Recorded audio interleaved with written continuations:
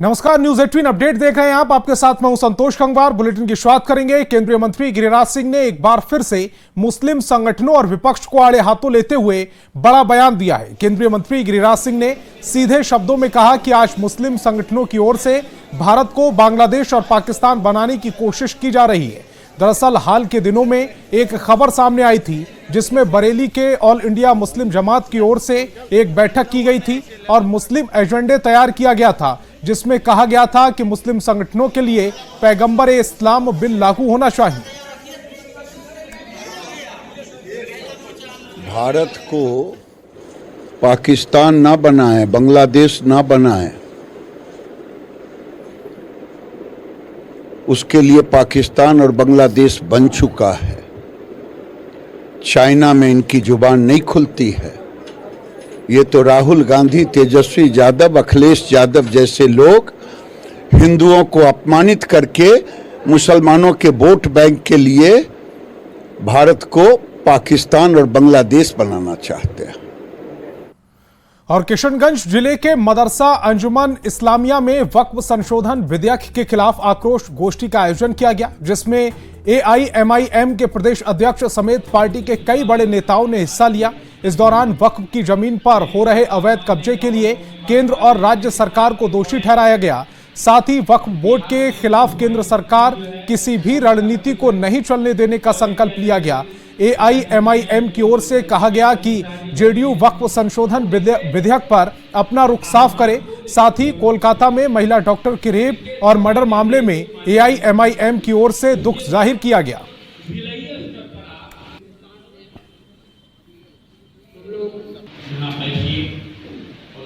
एक तरफा तौर पर जहां नामूसे रसाल के ताल्लुक से अपने गम गुस्से का इजहार किया, इहानत के ताल्लुक से, वहीं वक्त तरमीमी बिल 2024 जो मोदी सरकार ने पेश किया है और JPC के पास है, इस वक्त हम लोग अपने गम गुस्से का इजहार करते हैं, अपनी नाराजगी का इजहार करते हैं। हम JPC के मेंबरान से कहते हैं कि आप सिफारिश करें, ये औकाफ की इमलाक को कब्जा करने की हुकूमत की नाकाम कोशिश है। 65% आरक्षण सीमा को संविधान की 9वीं अनुसूची में शामिल करने की मांग को लेकर RJD बिहार में धरना प्रदर्शन करेगी। यह धरना प्रदर्शन तमाम जिलों के मुख्य चौराहों पर बने महात्मा गांधी और बाबा भीमराव अंबेडकर की प्रतिमा के समक्ष किया जाएगा। नेता प्रतिपक्ष तेजस्वी यादव ने कहा कि सरकार कोर्ट से सही तरीके से अपना पक्ष नहीं रख रही है। RJD की तरफ से सुप्रीम कोर्ट में याचिका दाखिल की गई है, जिस पर जल्द ही सुनवाई होगी। आपको बता दें कि पटना हाईकोर्ट ने भी सरकारी नौकरियां और शैक्षणिक संस्थानों में आरक्षण की सीमा 50% से बढ़ाकर 65% करने के फैसले पर रोक लगा दी है। पटना हाईकोर्ट के फैसले को सुप्रीम कोर्ट ने भी बरकरार रखा, जिसके बाद 65% आरक्षण को सरकार के लिए 9वीं अनुसूची में शामिल करना मुश्किल हो गया। आरक्षण को वो समाप्त करना चाहते हैं। आरक्षण उसने शेड्यूल लाइन में लोगों ने नहीं डाला। हम तो आगरा भी गए थे मुख्यमंत्री जी से, अब तो इतने पावरफुल हो गए भाई, तब क्यों नहीं शेड्यूल लाइन में डलवा रहे? जब हम लोगों ने जातीय जनगणना कराई, राज्य सरकार ने इतना पैसा खर्च किया, उसी के हिसाब से हम लोगों ने आरक्षण बढ़ाया, तब आप जो है जोर नहीं लगा रहे शेड्यूल लाइन में डालने के लिए। तभी हम लोगों ने तय किया था कि बिहार सरकार अपना पक्ष जो है सुप्रीम कोर्ट में मजबूती से हाई कोर्ट में नहीं रखेगी। और हम आपको बताते हुए खुशी होगी कि हम लोगों ने कहा था कि अगर पक्ष वो अच्छे से नहीं रखेंगे तो राष्ट्रीय जनता दल सुप्रीम कोर्ट जाएगा और अपनी बातों को रखेगा। और हम लोग चले गए हैं सुप्रीम कोर्ट, अगला डेट भी तय हो गया है, शेड्यूल्ड है। हमको लगता है कि CGI जो है उन्हीं के बेंच में है मामला, और वहां अपने पक्ष को राष्ट्रीय जनता दल मजबूती से पिछड़ों के लिए, अति पिछड़ों के लिए, दलित आदिवासी के लिए रखने का काम करेगा। उसलिए हम लोगों ने भर बिहार में हम लोगों ने धरना प्रदर्शन हम लोग 1 तारीख को हम लोगों ने करने का ऐलान किया है। स्वयं हम खुद भी पार्टी कार्यालय में 1 तारीख को मौजूद रहेंगे। बिहार के SC/ST कल्याण मंत्री जनक राम दरभंगा पहुंचे, जहां उन्होंने आरक्षण को लेकर विपक्ष के उठाए सवाल पर पलटवार किया और कहा ये लोग गरीब दलितों को गुमराह कर रहे हैं और अपनी राजनीति चमका रहे हैं। जनक राम ने कहा है कि जिनके माता पिता खुद CM रहे हों, जिनका बेटा BA तक नहीं पढ़ा, वो बिहार में कलम किताब और नौकरी बांटने की बात कहता है। लेकिन जिन लोगों ने रिजर्वेशन के आड़ में, संविधान के आड़ में गरीबों को दिग्भ्रमित और गुमराह करके अपने नेता, उनके माताजी बने, उनके पिताजी बने, आज उनके पुत्र बन रहे हैं।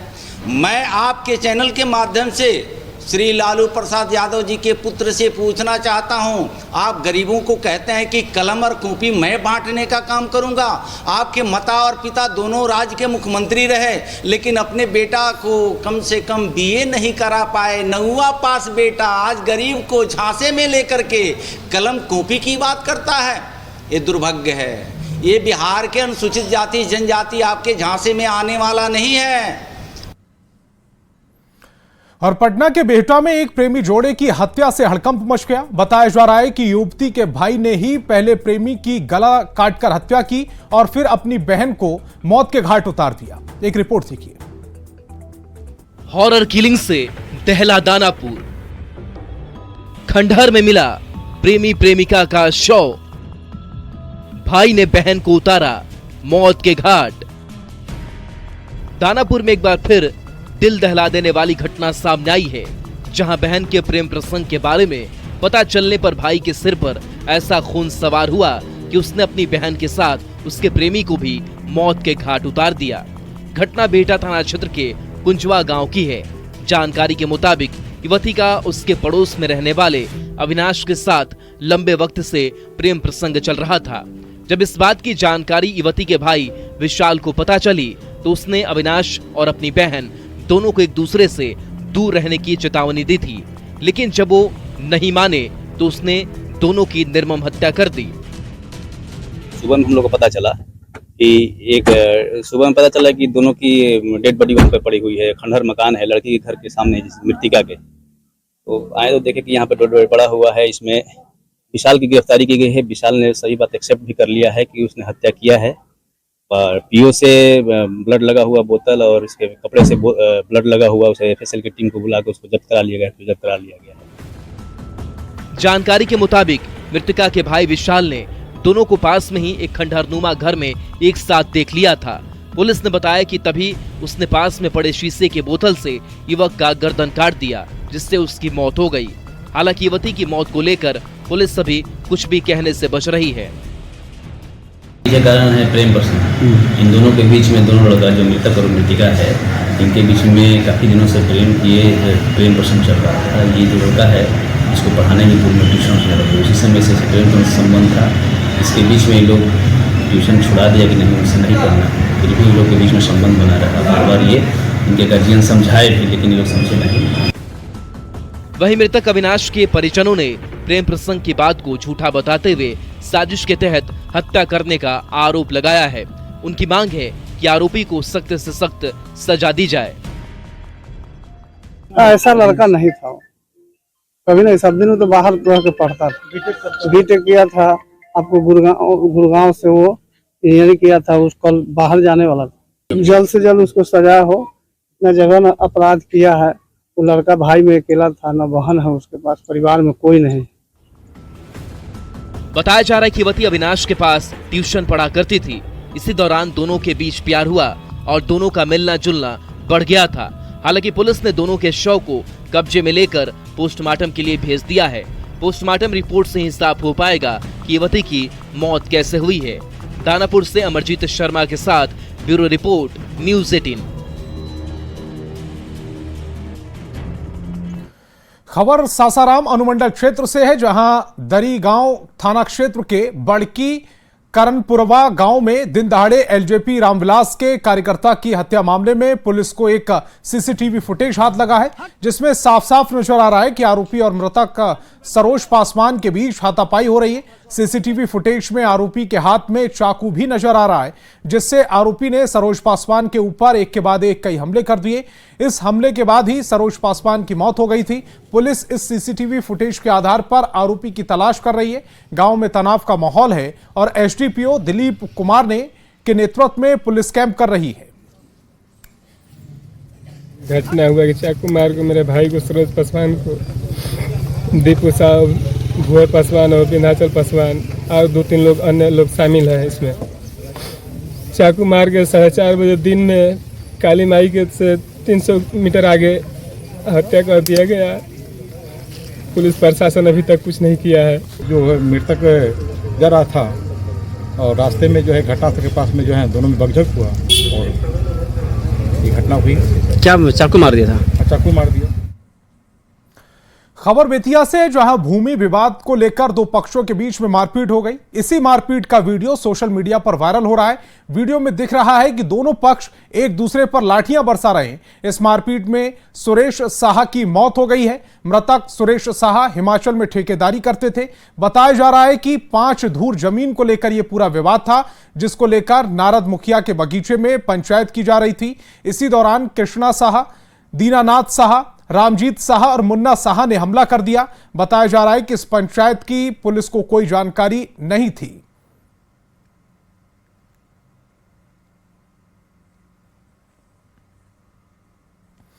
खबर मुजफ्फरपुर के साहिबगंज थाना क्षेत्र की है, जहां आदर्श राजकीय मध्य विद्यालय गुलाब पट्टी में छत का प्लास्टर गिर गया, जिसकी चपेट में आने से 3 बच्चे चोटिल हो गए। घटना 5वीं कक्षा की है। चोटिल बच्चों को इलाज के लिए सामुदायिक स्वास्थ्य केंद्र साहिबगंज में भर्ती कराया गया है। वहीं स्कूल के हेडमास्टर का कहना है कि सबकी हालत ठीक है। वही बता देंगे घटना घटित हुआ है।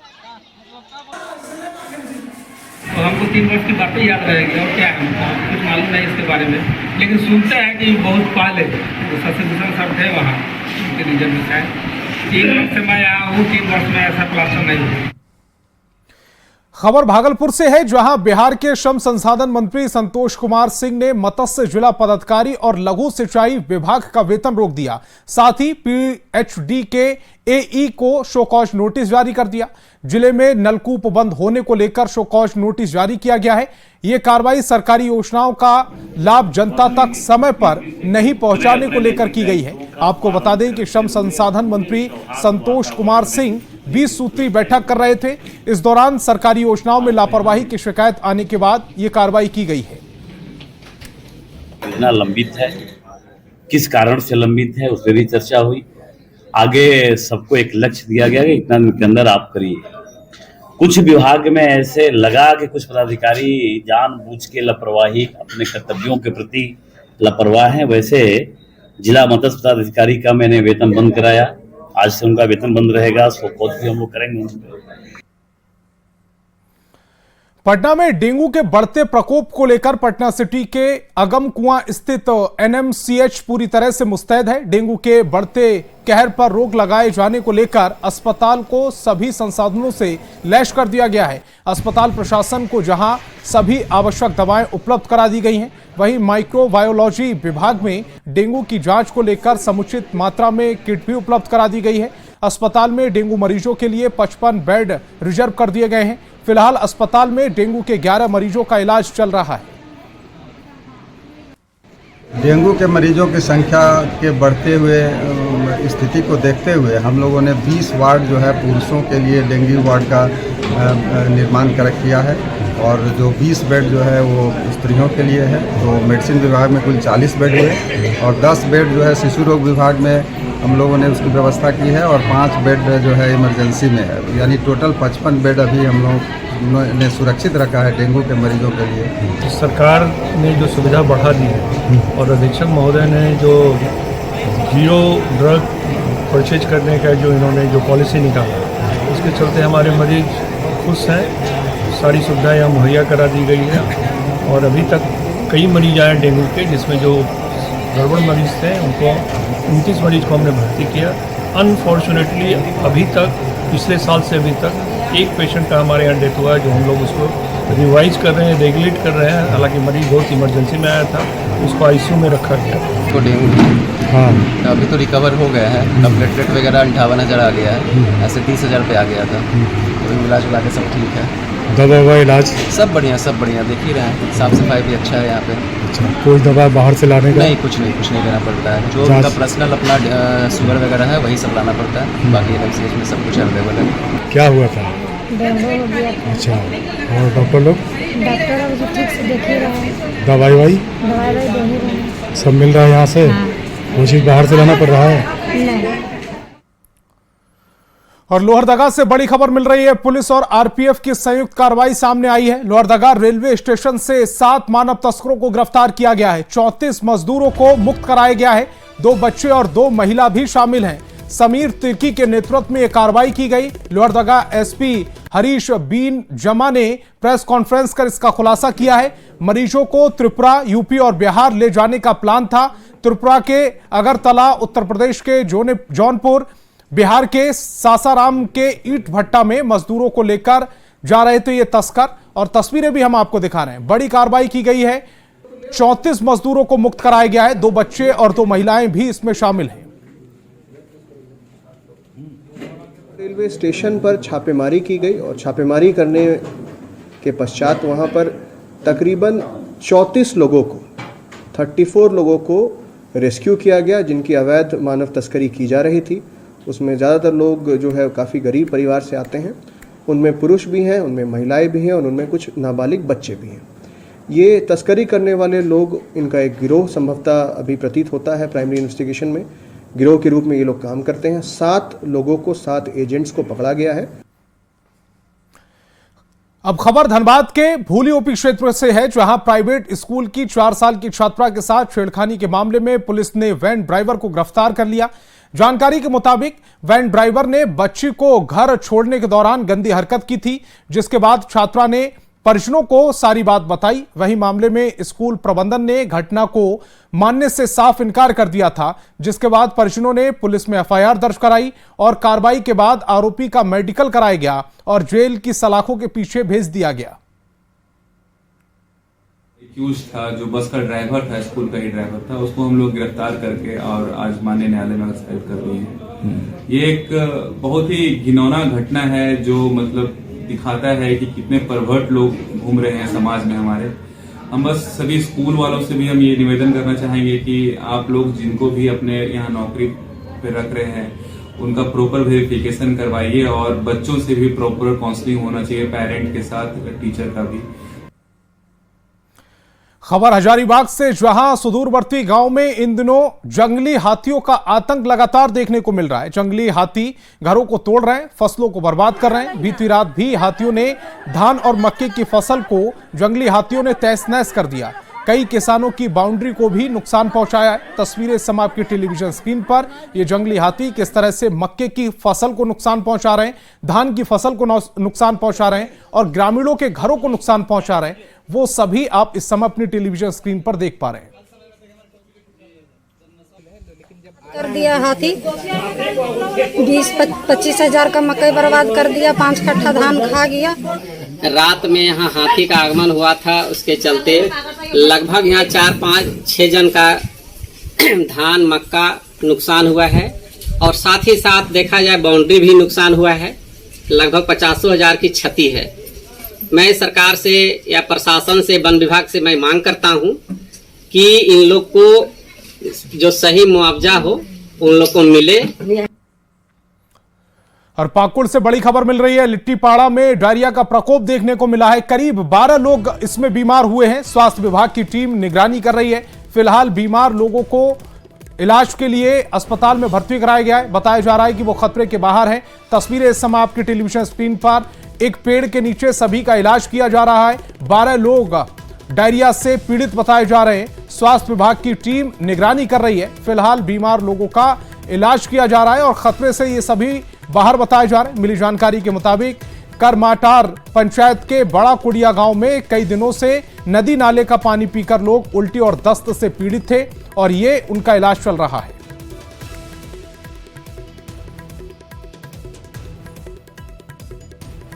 हजारीबाग से बड़ी खबर मिल रही है। मुखिया प्रतिनिधि घूस लेते गिरफ्तार हुआ है। 25,000 रुपए की घूस लेते एसीबी की टीम ने उसे पकड़ा है। अबुआ आवास के नाम पर पैसा लिया जा रहा था।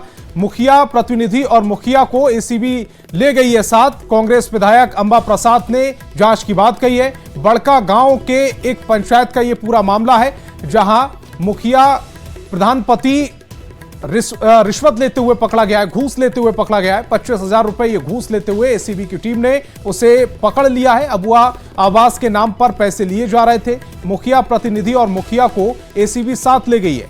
कांग्रेस विधायक अंबा प्रसाद ने जांच की बात कही है। बड़का गांव के एक पंचायत का यह पूरा मामला बताया जा रहा है।